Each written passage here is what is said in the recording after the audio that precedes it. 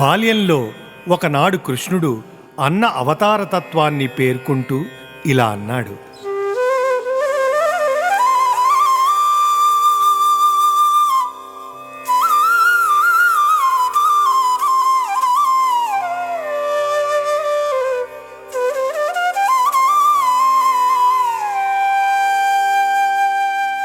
నిఖిల పావనమైన నీ కీర్తి పాడుచు ఈ తుమ్మెదలు వెంటనే గుతించే, అడవిలో గూఢుండవైన ఈశుడవని ముసరి కొల్వంగ వచ్చే మునిగణంబు, నీలాంబరముతోడ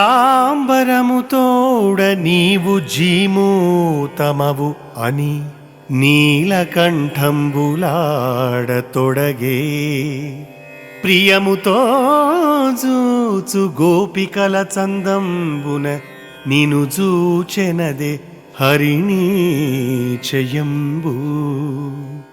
నీవు విందవనుచు నిర్మల సూక్తులు పలుకుచున్నవి ఇచట పరభృతములు, నేడు విపిన చరులు నీవు విచేసిన ధన్యులైరి కాదే, తలచి చూడా ఆ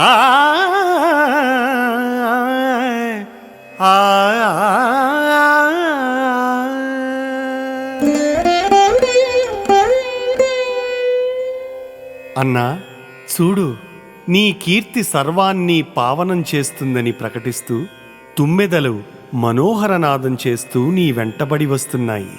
అడవిలో గుట్టుగా తిరుగుతున్న పరమాత్ముడవని కనిపెట్టి మునులు గుంపులు గుంపులుగా నిన్ను కొలవడానికి వస్తున్నారు.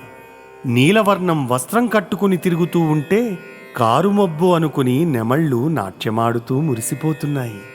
ప్రియంతో నిన్ను చూచి పరవశించిపోయే గోపికలలాగా ఆడులేళ్లు రెప్పవేయకుండా నిన్ను గుడ్లప్పకించి చూస్తున్నాయి.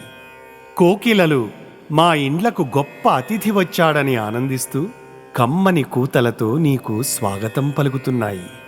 వనంలో తిరుగాడే ప్రాణులన్నీ నీ రాక వలన ధన్యమై మురిసిపోతున్నాయి.